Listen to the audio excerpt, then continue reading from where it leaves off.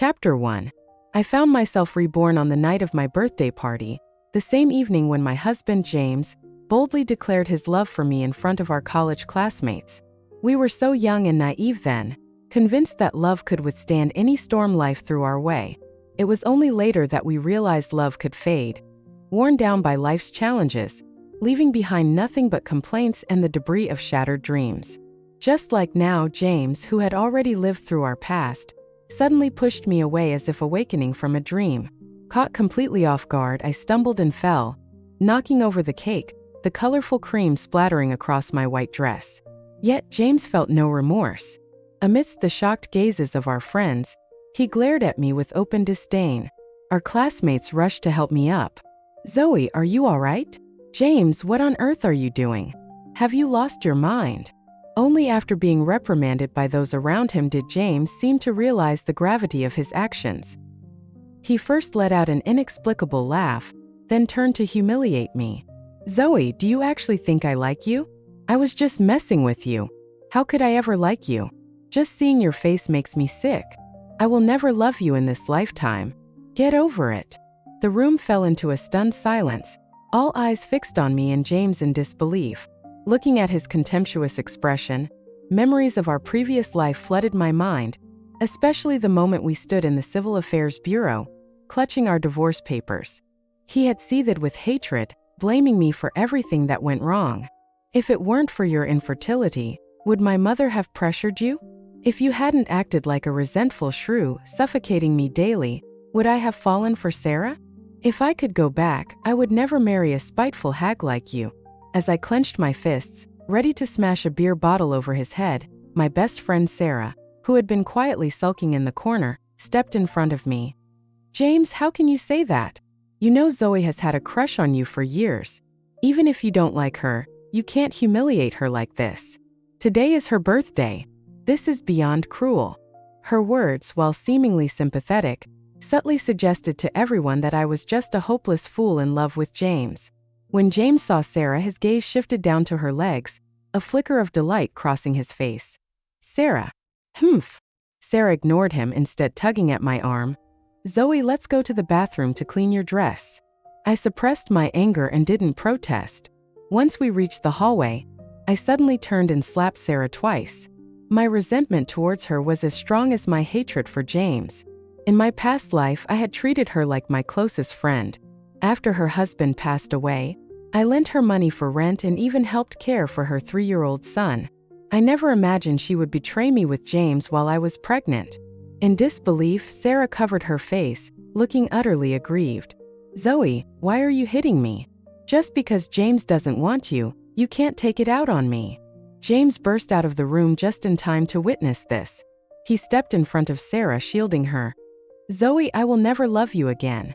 If you dare touch her, I swear I won't let you off easy." Did James honestly believe I still loved him and was attacking Sarah out of jealousy? How ridiculous. With a sneer, I retorted, "Fine. I hope you both enjoy a lifetime of happiness and don't repeat the mistakes we made." Sarah stared at me, bewildered and hurt. "Zoe, what are you saying? There's nothing between me and James. You must be mistaken." Pretending to be virtuous while playing the victim, Sarah had been like this since college. I was too naive to see her feelings for James and foolishly confided in her about everything. Even after catching them in bed, she had the audacity to say, "I was involved with James back in college. If he hadn't felt sorry for you, he would have been with me long ago. Forget it." With a chance at a new life, I refused to waste my days on these two scoundrels. So, without casting them another glance, I turned and walked away. Chapter 2. Upon returning home, I was overwhelmed with emotion as I saw my young, healthy parents. In my previous life, they hadn't approved of James, but I had been determined to marry him, causing them immense distress. James was tall and handsome, but his family background was lacking. When my parents first met his parents, they were crude, superstitious, and selfish. Our James is now a government employee and on the path to becoming a director. If Zoe marries him and lives in a rented house, she'll be the laughingstock. "I heard you have a 4-bedroom apartment. Why not put it in their names as a marital home?" James remained silent. Blinded by love, I thought his parents were simply being realistic, ignoring my parents' grim expressions.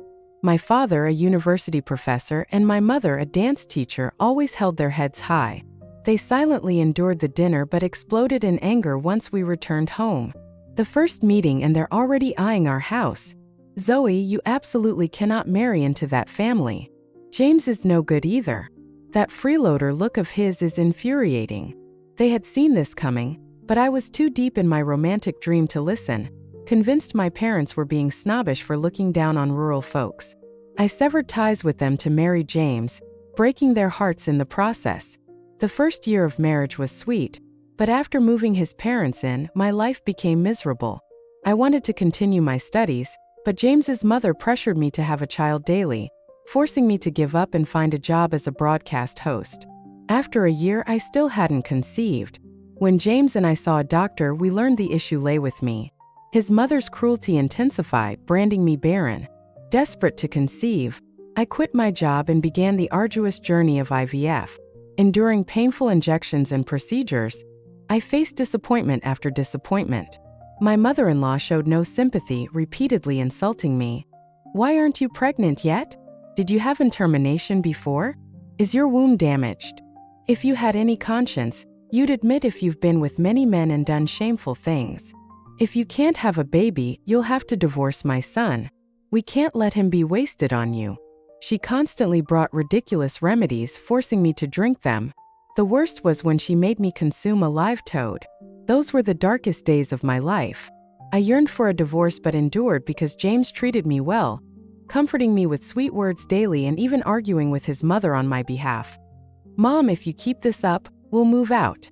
James became my sole emotional support. I believed everything would improve once I finally got pregnant. But when I finally did conceive, I discovered a lipstick mark on James's underwear. I instantly recognized it as Sarah's doing. After becoming pregnant, I had given her all my makeup, including that lipstick. She had deliberately left that mark as a provocation. She knew I wouldn't stand for it and would likely divorce James. But I endured, pretending not to know anything, secretly consulting a divorce lawyer, and gathering evidence to secure my assets. Once fully prepared, I made the gut-wrenching decision to terminate the 6-month pregnancy. They were so eager for a grandson after all.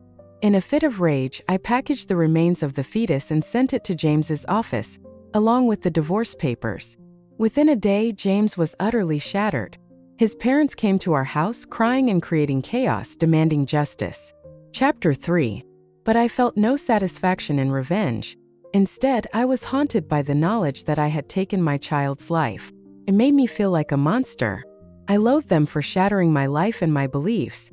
Had it not been for my parents' unconditional love and acceptance, my profound depression could have led me down a dark path. Yet heaven granted me another chance to choose differently. This time I looked at my parents and declared, "Mom, Dad, after graduation, I want to pursue further studies." Their eyes glistened with emotion.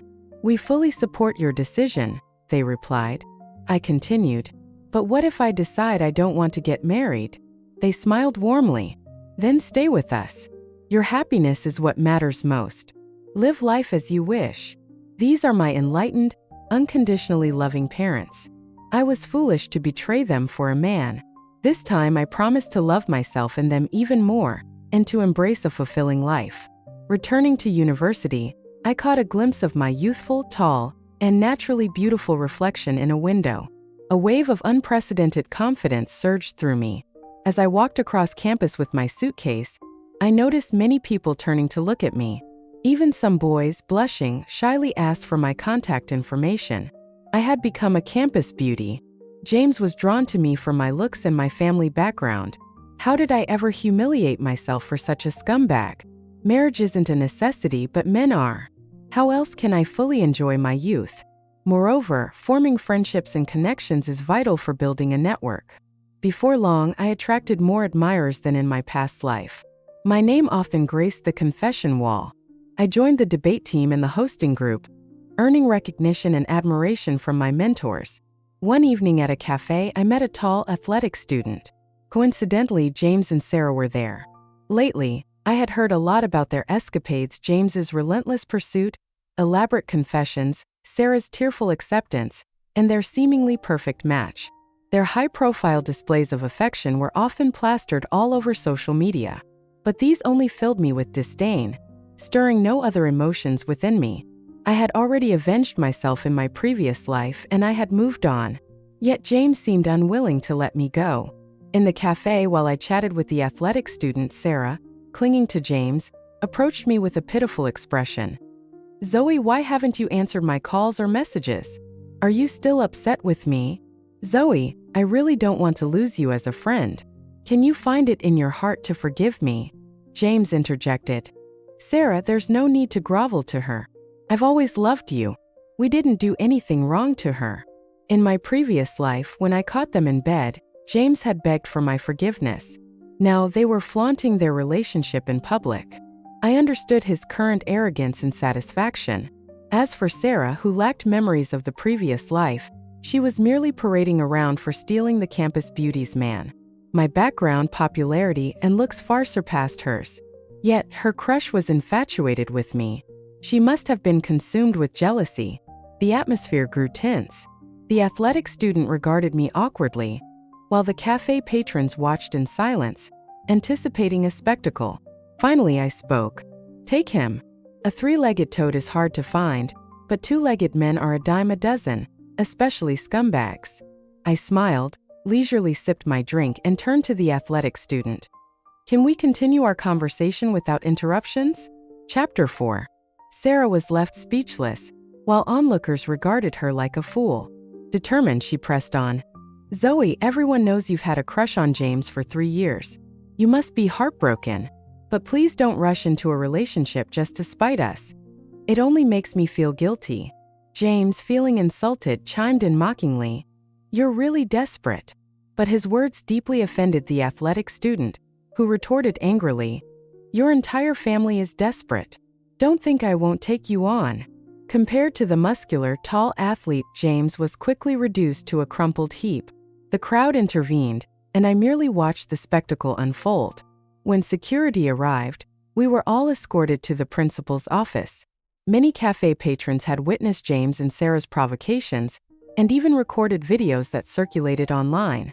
Since they were in the wrong, and knowing the athletic student and I were members of the debate team discussing upcoming events, the students and teachers sided with us. The athletic student, wealthy and unwavering, covered James's medical bills but refused to apologize. In contrast, after some stern admonishments from the teachers, James and Sarah had to offer apologies to us. Following this incident, James and Sarah's reputations took a nosedive, especially Sarah's deceitful behavior. Rumors circulated that her dorm mates began to distance themselves from her. My life, now free from James and Sarah, became increasingly vibrant. By the end of my 3rd year, I was appointed captain of the debate team and represented our university in a national competition, winning a gold medal. I also became a key member of the hosting group, emceeing various events. At the end of the semester, I was awarded a national scholarship for my outstanding academic performance and unexpectedly received an offer for a master's program. It was an extraordinary life I had never dared to dream of in my past existence.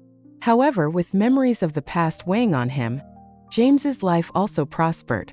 Reportedly, he amassed a fortune through stock trading within a year, purchasing a mansion and driving a luxury car before graduation. Knowing the future is akin to holding the key to wealth, but without a solid foundation, such speculative gains can lead to a harsh downfall. In my previous life, James, due to his humble background, was diligent and ambitious, often studying late into the night with me. To secure a government position, he never allowed himself to relax. But now he was rarely seen in the library, his name absent from the scholarship list, and he was seldom spotted on campus. The last time I laid eyes on him was at the New Year's Eve party at the end of the semester. I was the host, and he sat in the front row with his dorm mates. He looked resplendent, dressed in designer clothes, but his appearance lacked the youthful vigor of the past, instead resembling a nouveau riche. On stage, I wore an elegant gown, effortlessly handling unexpected situations and deftly controlling the event's flow. Whenever I caught James's gaze, I found him staring at me, wide-eyed with surprise and a hint of nostalgia. We were like the most familiar strangers separated by centuries. Chapter 5. After the party, I received numerous gifts and confessions from admirers. As I was about to leave, I overheard James conversing with a friend. Zoe is becoming even more beautiful and was directly accepted into grad school. What kind of guy would she be interested in? Why? Are you thinking of pursuing her? You'd better think twice. What do you mean? Am I not good enough for her? Not that. She may look perfect now, but dating her is a nightmare. She's sensitive, suspicious, and high maintenance. Really? You sound like you've dated her. When were you two together? Never mind. Marrying a woman like her is bad luck, and worse, she can't have children. The friend laughed derisively. She can't have kids? Did she have an termination? If she can't have kids, I wouldn't want her. James, that scoundrel. We were no longer a part of each other's lives, yet he still had the audacity to slander me. How infuriating. Just as I was about to confront him, a tall, burly man suddenly stepped in, scolding James. A grown man with such a vile mouth. Aren't you afraid of being struck by lightning? She's a good girl and you keep slandering her. It's inhumane. James retorted. Why are you so upset? I'm just speaking the truth for everyone's sake, so they won't be misled by her looks. Believe it or not. That was Xavier, the man who had introduced me to doctors for IVF in my previous life. Tall, stocky, and possessing a strong sense of justice, he had already become a chief physician at a young age. He had even given me a simple yet thoughtful Christmas gift. A pair of knitted socks and a shawl. They were modest, but they warmed my heart. Now Xavier seized James by the collar. You're talking nonsense. She's nothing like you say. If you slander her again, I'll make you regret it. James laughed shamelessly. What? Are you going to hit me? Who do you think you are to her? Zoe may be a jerk, but even she wouldn't want you. As Xavier raised his fist, ready to strike James, I casually approached him. Xavier. Everyone turned to look at me in shock. Ignoring the crowd, I leaned in closer and said softly, Xavier, I like you. Will you be my boyfriend? He froze, clearly taken aback, before pushing James away and walking toward me in disbelief. What did you just say? I looked up at him earnestly. I said, will you be my boyfriend? When I repeated the question, more people emerged from the hall, gathering around to witness the unfolding drama. He awkwardly asked, are you joking? Is this truth or dare? I shook my head firmly. No joke. I like you, Xavier. Will you be my boyfriend? If not, I'll just ask again later. Whoa! The crowd erupted in cheers, chanting, Get together! Get together! Finally grasping the situation, he stammered, Of course! I'd be honored to be your boyfriend. Can you walk me back to my dorm? I asked. Absolutely, he replied, blushing. Can I carry your things? I handed him my bags, grateful. Thank you. I didn't glance back at James, not caring about his reaction as I left with Xavier. Chapter 6. After saying goodbye to Xavier outside the dorm building, I received a message from James. It was from an unfamiliar number since I had long blocked him on social media. Zoe, are you out of your mind? Are you with that fatty Xavier just to get back at me? I was amused by his message. Who does he think he is? Among all the average guys, he truly is the most delusional. Confessing to Xavier earlier was indeed out of spite, but it was also a way to slap him in the face. Before that, Xavier and I often met in the library, and after getting to know each other, we frequently saved seats for one another. Xavier is entirely different from James. He is reserved, steady, wise, and humble. He may not be conventionally handsome, and he is a bit chubby, but his features are well defined, and his eyes carry a certain charisma. More importantly, in my past life, Xavier was a well-regarded surgeon. When my father had a stroke from the stress caused by my issues with James, it was Xavier who saved him from the brink of death. During my father's hospital stay, I saw firsthand what it meant to have a doctor's compassion. If I had to choose a man to spend my life with, I'd prefer someone of good character. Even if life became mundane and love faded, he wouldn't treat me badly. I deleted the message and blocked the number again, choosing silence and ignoring him. Any more words exchanged with him would be a waste. I hoped he would stay out of my life forever. However, the next day he called me from another number. Let's meet and talk. I know you've been reborn too. What is there to talk about? The moment our lives restarted, we should have gone our separate ways. Stop bothering me. Zoe, you ruined me in our past life. I can't just let it go. I've been losing sleep. Though I hate to admit it, you were the woman I loved the most. We were crushed by money and life's trivialities in our past life, causing us to lose our way and forget our true selves.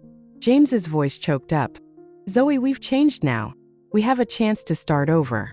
I can forgive everything and start anew. Can you forgive me too? I was shocked by his words, and after a moment of silence, I said slowly, Do you have time? Let's meet. James was ecstatic. Okay. I'll come to your dorm's entrance right now. No need. Let's meet at the cafe by the east gate. I'll see you there.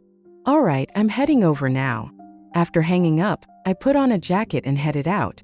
It was a 10-minute walk, and from a distance, I saw James's flashy car parked at the entrance. Entering the cafe, I saw James seated by the window, exuding an air of arrogance. A pretty girl approached him to ask for his contact info. James coldly replied, Sorry, I have someone I like. The girl walked away disappointed, and I noticed his smug smile. Upon seeing me, he adjusted his expression. The cafe was filled with the aroma of coffee beans. James leaned forward eagerly. See that car outside? It's mine, worth over $200,000. I also bought a big house, something we always dreamed of. My life has changed, and if we start over, we could be very happy. I looked at him mockingly. What made you change your mind suddenly? Just the other day, you told someone that marrying me would bring bad luck. James looked regretful. I said that in anger. Knowing other men are eyeing you made me feel like I was being cheated on. Zoe, I realize now I still have feelings for you. Let's consider the past life a dream and start over. I finally understood. So you truly loved me? James replied. Of course I truly loved you. I asked, and what about Sarah? Chapter 7. As long as you're willing to come back to me, I'll break up with Sarah immediately, James said seriously. When we first got reborn, I was still stuck in the past and angry, which is why I got together with Sarah. Even in our past life, she was just a fling. In my heart, you're my wife, the one I want to spend my life with. But I have trouble getting pregnant. What about your mom? You eventually got pregnant, didn't you? And now that I'm well off, we can go abroad for better medical treatments. You're still young, Zoe. You don't need to worry. I couldn't help but laugh out loud. James's expression turned stiff. What do you mean? I looked at him with disdain. James, even though you can use your memories to earn a lot of money, you haven't grown at all. How can you be so confident that I would fall into the same pit twice? Have you forgotten how you and your mother hurt me? James grew angry. But you already got your revenge. You ended our child's life, I lost my job, lost the lawsuit, and ended up with nothing. My mom was hospitalized from the stress. Despite all this, I'm willing to forgive you and give us another chance. Shouldn't you be touched? Huh, all that was your karma, you're just desserts. In this life, the next, and the one after that, I will never forgive you, James. And I no longer love you. After discovering your affair with Sarah, the only thing I felt for you was hatred. This time, I would rather marry a pig or a dog than have any interest in you. I picked up the cold coffee on the table and splashed it in his face. Wake up and see clearly. I'm not the same woman without self-respect who you could deceive. People around us turned to look. James, drenched and humiliated, glared at me. Zoe, you'll regret this. I didn't bother to argue further and left the cafe with large strides. That evening, a video of me splashing coffee on James was posted on the school's confession wall. The video was short but clearly captured my last words. Wow, this is some juicy gossip. So Sarah really was the third wheel. Our goddess is so cool. That's how you deal with a scumbag. James used to look down on Zoe, but now that she's successful and beautiful, he must be regretting it. Xavier saw the video and called me. Zoe, did he harass you again? Why didn't you tell me? I replied, I handled it. He shouldn't dare come back anymore. Xavier hesitated, sounding a bit unhappy. Zoe, I received an acceptance letter from Harvard University. I was thrilled. That's amazing. Congratulations. But why do you sound unhappy? Xavier said. We just got together and I don't want to. He was considering giving up the opportunity for me. I reassured him, it's okay. If we're meant to be together, we'll still be together after 4 years. It's a test of our relationship. If we can survive long distance for 4 years, we'll get married. Chapter 8. 4 years later, Xavier returned as promised. Like in the previous life, he became a doctor at the city hospital. However, this time with my encouragement, he had developed a habit of working out, losing weight, and transforming into a handsome man. After a romantic proposal, we arranged a meeting with both sets of parents. Coincidentally, Xavier booked the same restaurant where my family had met James's parents in the previous life. Xavier came from a family of doctors. His parents were not extremely wealthy, but they were kind and humble. Xavier's father handed me a bank card. "Zoe, this is for you and Xavier to buy a house. It's only $1.5 million, enough for a down payment on a 3-bedroom. I hope you don't mind." Xavier's mother gave me several jewelry boxes and a large red envelope. "Here are the 3 gold pieces and a jade bracelet passed down from his grandmother. If you have any particular requests for the betrothal gifts, please let us know, and we'll do our best to meet them." Their family treated us with respect and sincerity, making my parents extremely happy. Thinking back to the meeting with James's parents felt like a dream. Halfway through the meal, I went to the bathroom. In the hallway, 2 children were running around, bumping into people. With a scream from a waitress, hot soup spilled everywhere, filling the air with steam. Fortunately, I was far enough away not to be burned, but it was a scare. The 2 children cried in fear, while the waitress, who was badly scalded, screamed in pain. I quickly splashed a basin of cold water over her. Others rushed to help. Soon, the children's parents arrived, and I realized the 2 people holding the children were Sarah and James's mother. James's mother held the little boy, about 2 years old, and yelled at the restaurant staff. "What happened? How could you spill soup? If my grandson gets hurt, I'll make you pay." Sarah added, "This is unbelievable. Such a small child, scared out of his wits. What kind of restaurant is this? I'll file a complaint." The 2 of them berated the staff, while the injured waitress cried and cursed. "It was your kids running around that caused the spill. How dare you blame us?" James's mother retorted, "What nonsense! You weren't careful and now you're blaming our kids? Ridiculous." The waitress insisted, "It was your kids. They ran into me, causing the spill. You must take responsibility." A heated argument ensued, with James's mother and Sarah out-talking the waitress, recording videos and threatening to expose the restaurant if they didn't get compensation and an apology. I didn't want to get involved, but I couldn't stand by. It was indeed the kids running around that caused the accident. I can testify. Everyone turned to look at me, and the restaurant manager was grateful. "Thank you for speaking up for us." Sarah recognized me. "Zoe, what are you doing here?" James's mother, who didn't know me, said, "You're with them, aren't you? How dare you falsely accuse these children?" Sarah added, "That's right. She has a grudge against our family. Her testimony doesn't count." I didn't want to argue further and suggested to the manager, "Why not check the surveillance footage?" The manager sighed, "It's broken." At this point, several other customers came forward. I saw it too. It was the kids running around. Me too. It was definitely the kids. James's mother began to throw a tantrum. "You're all in on it. You're bullying us." Someone then approached with a phone. I was recording a video and caught the whole thing. Sarah and James's mother lost their momentum. James's mother said, "They're just kids. Why argue over this?" Sarah, holding the child, tried to leave. At that moment, James arrived from the elevator and Xavier, worried about my long absence, came to find me. After understanding the situation, James was furious, shouting at Sarah, "How could you let this happen? All you do is play with your phone." Sarah retorted, "It's not my fault. Your mom said running and jumping is good for them." James snapped, "She's used to country life. What does she know? You can't even take care of the kids without blaming others. All you do is spend my money." Watching their argument, I felt like I was seeing a glimpse of my past life. This was James. Sweet and caring while dating, but a different person after marriage. Xavier and I returned to our private room, leaving their mess behind. We resumed our meal with our parents, immersed in our happiness, as if nothing had happened. After the meal, Xavier went to get the car, and our parents stepped outside. I went to pay with the card Xavier gave me, but James stopped me. He was impeccably dressed but looked exhausted. "Zoe, are you and Xavier getting married?" I took out a wedding invitation. "Would you like to come?"